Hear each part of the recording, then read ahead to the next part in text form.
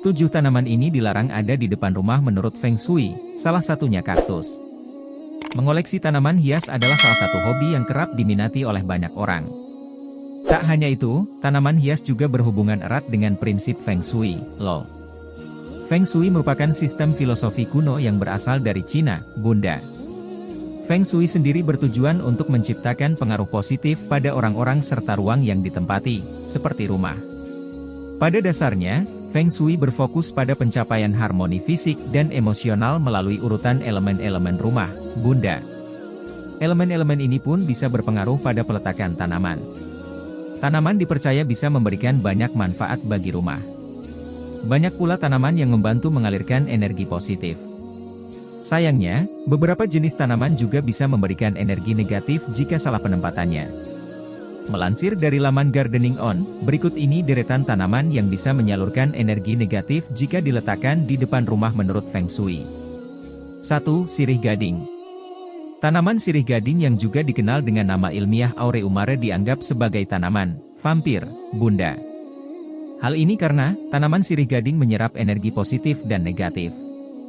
Nah, jika Bunda menanamnya di rumah, baiknya tidak menanam lebih dari 3 tanaman yang juga dikenal dengan nama Photos.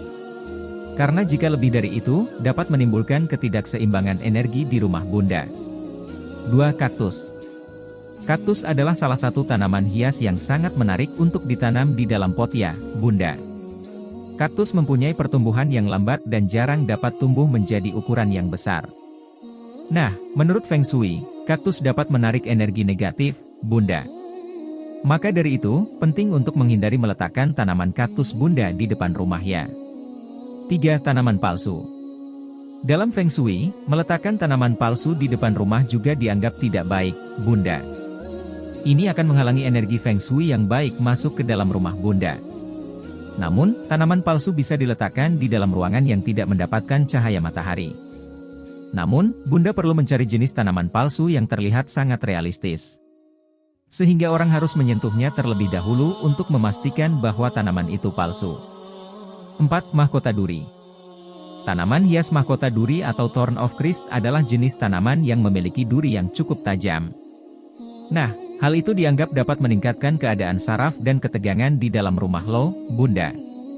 Jadi, baiknya Bunda menghindari menanam tanaman ini di rumah ya. 5. Bunga Hydrangea. Bunga Hydrangea adalah jenis bunga perdu acidophilic, Bunda. Jenis tanaman bunga yang satu ini membutuhkan substrat dan air irigasi dengan pH rendah antara 4 hingga 6, sehingga bunga dapat tumbuh dengan baik. Menurut Feng Shui, bunga Hydrangea melambangkan kesepian nih, Bunda. Oleh karena itu, tidak disarankan untuk memilikinya di rumah ya, Bunda. 6. Tanaman yang rusak atau mati. Bunda, tanaman yang rusak atau bahkan sudah mati dapat mengolah energi yang terkuras nih. Jadi, pastikan Bunda untuk merawat tanaman Bunda tetap sehat ya. Jika tanaman mengering atau daunnya sudah berwarna kecoklatan, maka Bunda bisa segera memotongnya.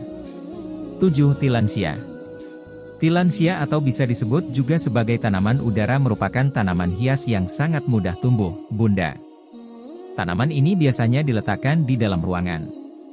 Namun, berdasarkan Feng Shui, tanaman ini dipercaya dapat menyerap energi baik jika Bunda menanamnya di rumah.